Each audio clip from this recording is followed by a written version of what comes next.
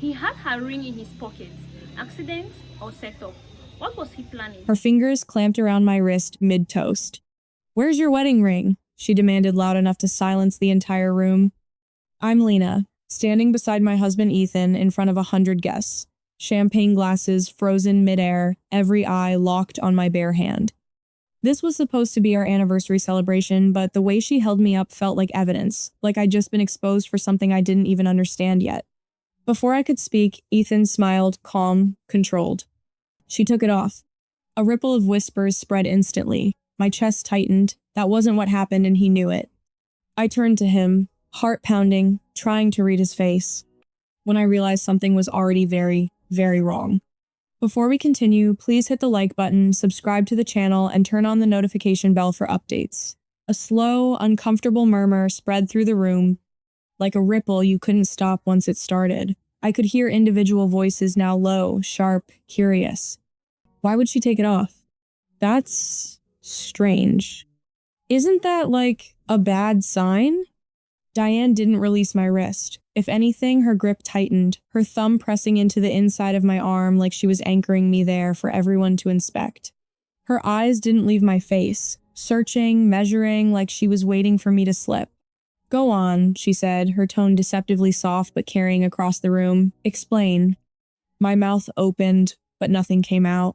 Not because I didn't have an answer, but because suddenly the answer felt wrong. Too small, too simple for what was happening. I started, my voice thinner than I expected. Ethan shifted beside me. Not toward me, not protectively, just enough to be seen. His hand hovered near my back but didn't touch me. He was smiling at the crowd again, like this was all part of the evening's entertainment. "She probably forgot it upstairs," he added casually, shrugging one shoulder. "Or took it off earlier. You know how she is." "You know how she is." The words hit harder than anything Diane had said. A few people laughed, awkward, uncertain, but it gave the moment a shape, a direction, and it wasn't one I controlled. I felt heat rise up my neck, my skin prickling under the weight of 100 silent conclusions forming all at once. "That's not," I tried again, louder this time.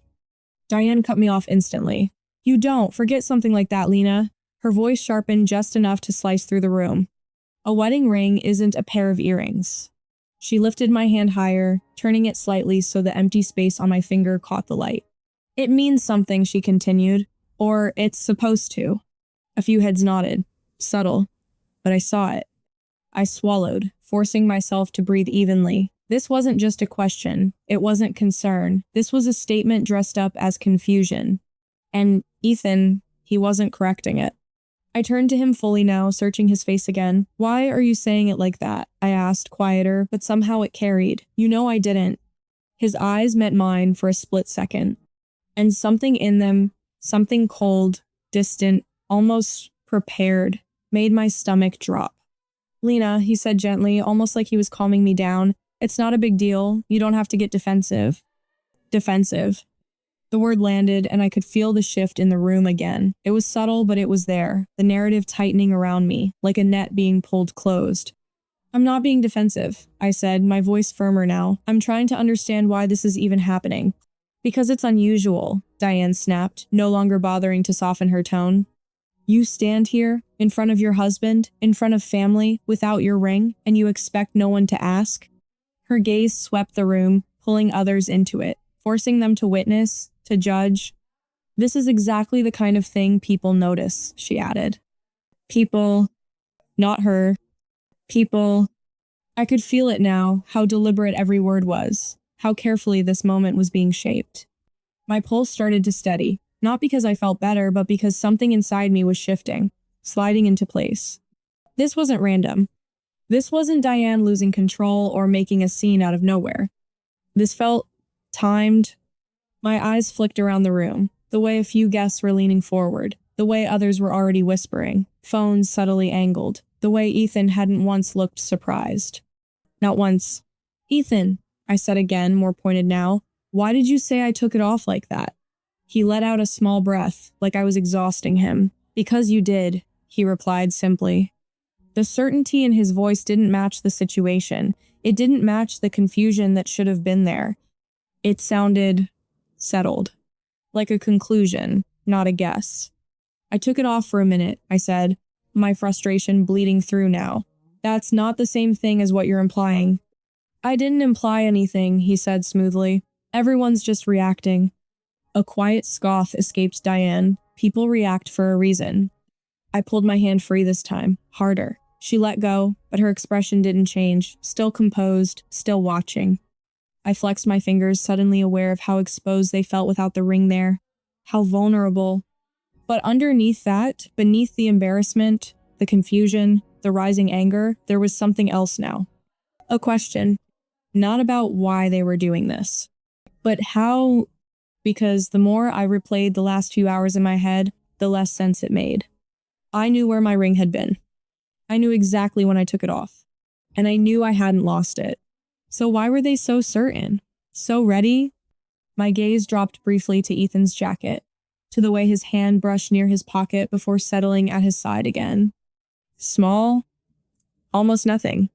But it caught, and in that instant, a memory clicked into place so sharply it made my breath hitch. Earlier that evening, him insisting on holding my purse, laughing it off when I hesitated, saying I should relax and enjoy the night. At the time, it felt thoughtful. Now, my stomach tightened. I looked back up at him slowly, really looking this time, past the smile, past the calm, waiting, watching, like he wasn't hoping I'd explain. He was waiting to see if I would. The room was still hanging on the edge of this moment, every second stretching longer than it should. Diane folded her arms, her voice cutting in again. Well, we're waiting, Lena. I didn't answer her. I didn't answer anyone. Instead, I lowered my gaze to my empty finger one more time, then lifted it again, steady now, and I made a decision. If they wanted an explanation in front of everyone, they were going to get one. Just not the one they expected. I took a slow step closer to Ethan and reached for his jacket. I didn't grab his jacket yet. My fingers hovered just inches from it, close enough to feel the heat of his body, close enough to see the smallest shift in his posture. Ethan stiffened. It was subtle. No one else would have caught it, but I did. And that was the moment everything inside me stopped scrambling and started aligning. Because that wasn't the reaction of someone confused. That was the reaction of someone caught off guard. Lena, he said quietly, low enough that it almost sounded like a warning instead of concern. Don't make this into something bigger than it is. Bigger than it is. I let my hand drop for now, but I didn't step back. Instead, I looked at him, really looked, and something cold settled in my chest. You already did that, I said. A few people closer to us shifted uncomfortably. The room hadn't recovered from the initial shock. If anything, it had tightened. Conversations had stopped completely. Even the servers at the edges of the hall had paused, pretending not to watch. Diane let out a controlled sigh, stepping slightly forward again like she was reclaiming her role. This wouldn't be happening, she said, if you had just worn your ring like a married woman should. There it was again, that phrasing. Not confusion, judgment. I turned my head toward her slowly. I did have it on, I said, earlier. Earlier isn't now, she replied instantly. Too instantly.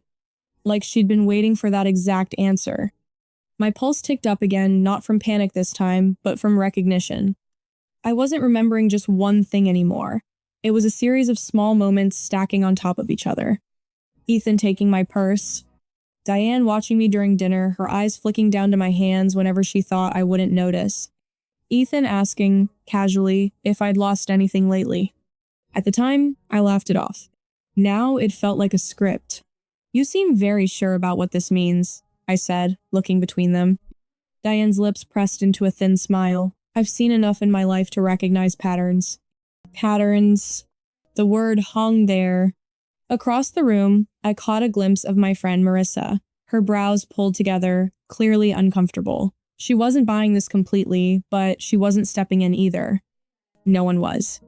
Because from the outside, it still looked like a simple question. A missing ring. A wife getting defensive. A husband trying to smooth things over. That's what made it so effective. That's what made it dangerous.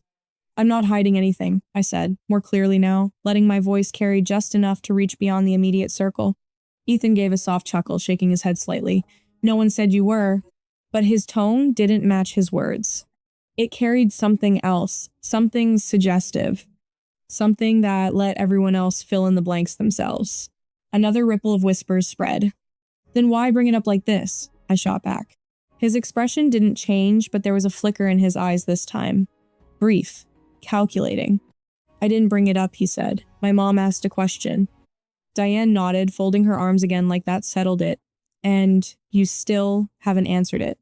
The pressure closed in again, but now it felt different. Before, it felt like I was being cornered. Now, it felt like I was standing in the middle of something constructed. Deliberate. And suddenly, I didn't want to rush to explain. Because the more I thought about it, the less sense their confidence made. They weren't guessing. They weren't confused. They were certain. Certain I didn't have the ring. Certain I'd struggle to explain it. Certain this moment would go exactly how they expected. Which meant they already knew where it was. My eyes flicked back to Ethan's jacket. To that brief, almost invisible movement he'd made earlier toward his pocket. To the way he hadn't looked surprised even once. My breathing slowed. Okay, I said quietly. Both of them stilled. Okay, Diane repeated, suspicious. I nodded slightly, my gaze still on Ethan. You want an answer? Ethan's jaw tightened just a fraction. And this time, I didn't hesitate. I stepped forward and reached straight for his jacket pocket. His fingers brushed mine, but they didn't stop me. By the time he reacted, my hand was already inside his jacket pocket. For half a second, no one moved. Then I felt it. Cold metal, smooth, familiar. I pulled my hand out slowly. And there it was, my wedding ring, resting in my palm, catching the light from the chandeliers above us. A sharp, collective inhale swept through the room. What? Someone whispered. Why does he have it? The shift was instant, palpable, like the entire atmosphere flipped direction in a single breath. I didn't look at the crowd. I kept my eyes on Ethan. You want to explain this? I asked, my voice steady, too steady for how fast my heart was pounding. For the first time that night, his composure cracked. It wasn't dramatic, just a flicker, a hesitation before he spoke. He let out a small, forced laugh, stepping closer like he could contain this. Lena, come on. I told you I was holding your purse earlier. It must have fallen out. I picked it up. And put it in your pocket? I cut in. A few people murmured again, louder this time. Diane stepped forward quickly, her tone sharpening. That doesn't prove anything. You could have given it to him. I turned my head toward her, lifting the ring slightly between my fingers. Why would I do that? I asked. She didn't answer immediately. Because there wasn't a clean answer. That's not the point, she said instead. The point is, you weren't wearing it. No, I replied calmly. The point is, you asked me that like you already knew I wasn't. That landed. I could see it in the way a few people straightened, paying closer attention now. I took a slow breath, keeping everything controlled. I took my ring off earlier, I said, projecting just enough for the room to hear. In the bathroom. It felt loose, and I didn't want to risk losing it. That part was simple. Harmless. No one reacted much because it made sense. I put it in my purse. I continued. Now, a few heads nodded. Still reasonable. Then I shifted my gaze back to Ethan. And at some point after that, it ended up in your pocket. Silence. Not the confused kind from before. This was sharper. Focused. Ethan shook his head, stepping back slightly, like creating space would give him control again. You're twisting this, he said. I already told you I must have picked it up when I had your purse. You're acting like... Like what? I pressed. He stopped. Because there was no safe way to finish that sentence. I tilted my head slightly, studying him. Like you knew it was missing? His jaw tightened. I didn't say that, he replied. No, I said. You didn't have to. Diane stepped in again, more forceful now. This is ridiculous. You're turning a simple misunderstanding into a spectacle. A quiet voice from somewhere behind us spoke up. It already was a spectacle. A few nervous laughs followed, but this time, they weren't at me. I could feel the shift continuing. Slow, but undeniable. Still, it wasn't enough. Not yet. Because they weren't done. Ethan exhaled sharply, running a hand through his hair, then looked back at the crowd with a strained smile. Look, this isn't what it looks like. She's just overthinking it. Overthinking. There it was again. The attempt to reframe me, to shrink what was happening back into something harmless. But now, it didn't fit anymore. I held up the ring again, letting it catch the light. Then help me understand, I said. My voice quieter now, but cutting through the room even more than before. Why tell everyone I took it off, like it meant something else? This time, Ethan didn't answer right away. And that hesitation longer than any before. Said more than anything he could have.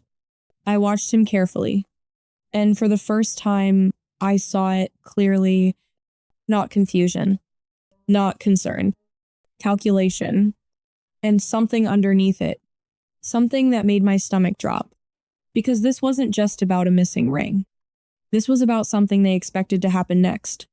Something they thought I wouldn't see. My grip tightened slightly around the ring as I looked between Ethan and Diane. Then I asked, slowly, why were you both so ready for this? No one spoke. Not immediately. The silence didn't feel awkward anymore. It felt heavy, focused, like the entire room had shifted from watching a misunderstanding to witnessing something unravel in real time. Ethan's eyes flicked briefly toward Diane. It was quick, instinctive, but it was enough. I followed that glance, then looked back at him, and something settled into place with a quiet, irreversible clarity. You knew, I said. My voice wasn't loud, but it carried farther than anything I'd said all night. Diane scoffed, stepping forward again, trying to reclaim ground that was already slipping. Knew what? This is getting absurd. I didn't even look at her this time. I kept my eyes on Ethan. You knew I wasn't wearing it, I repeated. He shook his head immediately, too quickly. No, I didn't. You didn't even look surprised, I cut in. That landed harder. A few people shifted closer, now not physically stepping in, but leaning, listening. No one wanted to miss what came next. I took a slow breath, keeping my voice steady. You didn't ask where it was, I continued. You didn't check, you didn't even hesitate, you just confirmed it, like it was already decided. Ethan's jaw flexed. You're reading into this. Am I? I finally turned to Diane, just for a second. You've been watching my hands all night, I said. Every time I reached for a glass, every time I moved, you were checking. Her expression didn't change, but she didn't deny it either. I looked back at Ethan. And earlier I added you insisted on holding my purse. That's normal, he snapped. I was helping you. Then why didn't you give it back? I asked. He opened his mouth, stopped. Because there wasn't a clean answer. The room felt tighter now, closer, like the walls themselves were leaning in. I took a small step forward. Not aggressive, just enough to close the distance between us. This wasn't a question, I said quietly. It was a setup. A murmur rippled through the crowd again, but this time it wasn't uncertain. It was recognizing. Ethan let out a short, humorless laugh. You're being dramatic. But the word didn't land the way he wanted it to. Because now, everyone had seen enough to question him too. Diane's voice cut in, sharper, louder, pushing harder now that control was slipping. A wife who removes her ring in secret usually has something to hide. There it was. Clear, direct, no more implication. The word hung unspoken, but everyone heard it. Cheating. Disloyal. Unfaithful. I felt it hit the room like a weight.